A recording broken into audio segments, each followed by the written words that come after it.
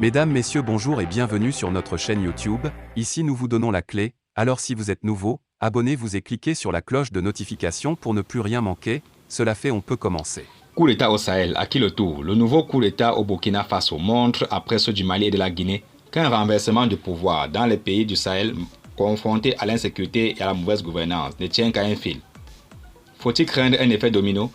Les indicateurs ne trompent presque jamais. Mouvement de protestation contre le pouvoir la veille à Bobo Dioulasso, multiplication des rumeurs sur les réseaux sociaux, interruption du signal de la télévision nationale. Le vendredi 30 septembre, le Burkina Faso a connu un nouveau coup d'État.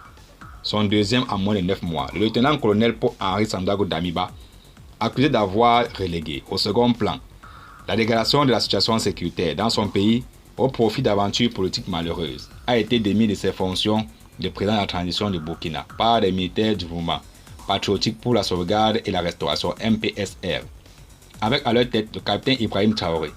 Ceux-là même qui 8 mois auparavant l'avaient aidé à chasser du pouvoir le président Omar Christian Kaboré. De même que le Burkina, le Mali a connu en moins d'un an 2 coups d'État et la Guinée-Conakry a rallongé son nombre en la matière à 3 le 5 septembre 2021. Selon une étude menée sur la période 2011-2021 par les chercheurs américains, 214 coups d'État ont eu lieu en Afrique depuis la fin des années 1950, dont 106 réussis. Le continent devance au classement l'Amérique latine, 146 70 réussis, et l'Asie de l'Est, 49-27 réussis. L'Université de Connecticut et l'Université centrale de Floride, États-Unis, ont dénombré entre 1960 et 1999 un peu plus de 158 projets de coup d'État en Afrique. 82 ont réussi et 76 ont échoué. À partir des années 2000, cette tendance a fortement changé. D'abord parce que le nombre de tentatives a diminué et ensuite parce que les coups d'État avaient plus tendance à échouer qu'à réussir, explique le doctorant Omar Sidibé, professeur assistant en relations internationales à l'université RUTDN de Russie. En effet, les calculs des universités américaines font état de 41 tentatives de coup d'État militaire en Afrique depuis le début de ce siècle.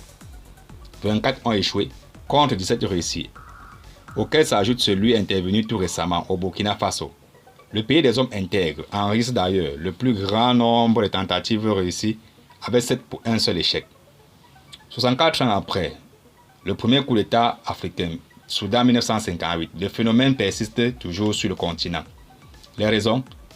Pour la chercheuse Ornella Modéran, il est lié à la culture politique des pays africains qui n'ont pas pleinement intégré les valeurs démocratiques.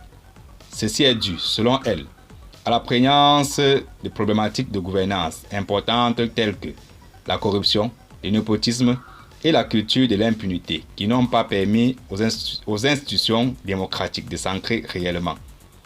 Nombre de pays en sont restés à des démocraties de façade qui n'ont pas réussi à délivrer des services publics de meilleure qualité pour les gens.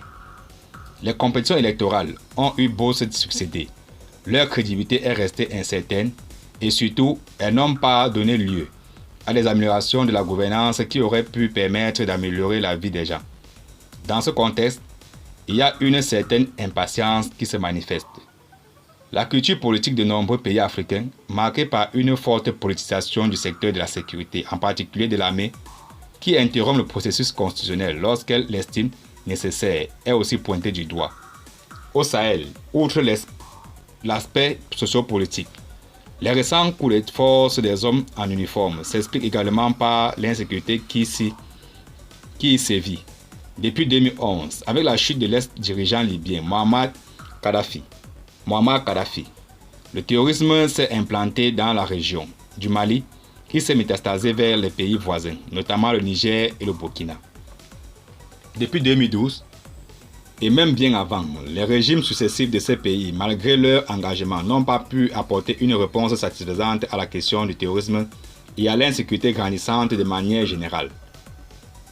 Dans le cas du Mali, par exemple, sous Ibrahim Boubacar Keïta, en plus des difficultés sociales, les massacres successifs des civils et des militaires par des terrorismes ont contribué à sa chute.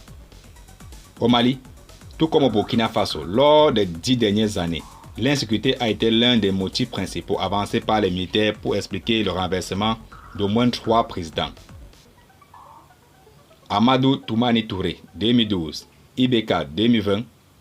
Roma Kissan Kabore, 2022. Même si la situation ne s'est pas améliorée après ces instructions des militaires dans le champ politique.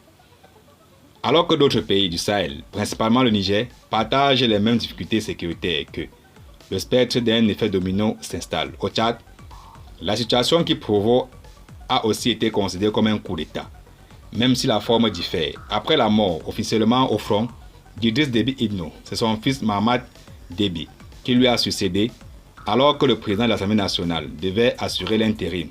Ce dernier s'était désisté. Dans l'espace CEDEAO, si des institutions jugées comme fortes par certains observateurs semblent protéger pour l'heure les pays comme le Ghana ou le Nigeria, l'actuel président en exercice de l'instance, Umaru Sissoco Embalo, a échappé de peu, en début d'année, à une tentative de coup d'État. Les regards se tournent souvent vers le Niger, le pays partageant certaines similitudes avec ses voisins, sous pouvoir militaire.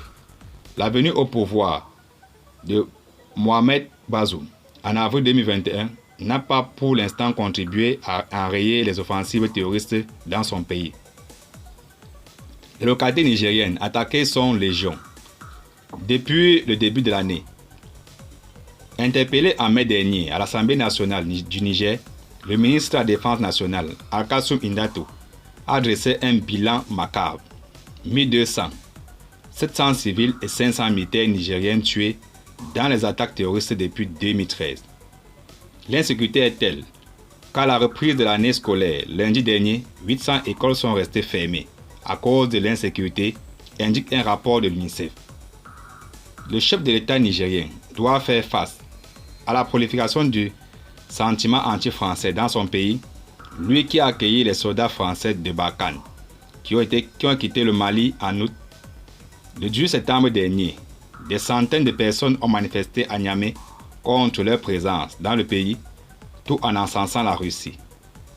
Sur le plan politique, les conditions de son élection irritent toujours certains opposants, en l'occurrence le député Omar Hamidou, pour lequel Bazoum demeure illégitime. Et c'est d'ailleurs cette illégitimité qui l'empêche de prendre à bras le corps les vrais problèmes du pays. Il n'a suscité aucun espoir sur aucun des grands défis que connaît le Niger: corruption, santé, insécurité, économie, a fustigé l'opposant politique. Les contextes du Mali et du Burkina sont similaires, les difficultés aussi. Cela dit, la culture politique de chaque pays est unique, indique Ornella Modérant. Il ne faut pas tomber dans le piège de penser qu'il y a un effet domino automatique. Les acteurs politiques et militaires de chaque pays observent ce que font leurs voisins.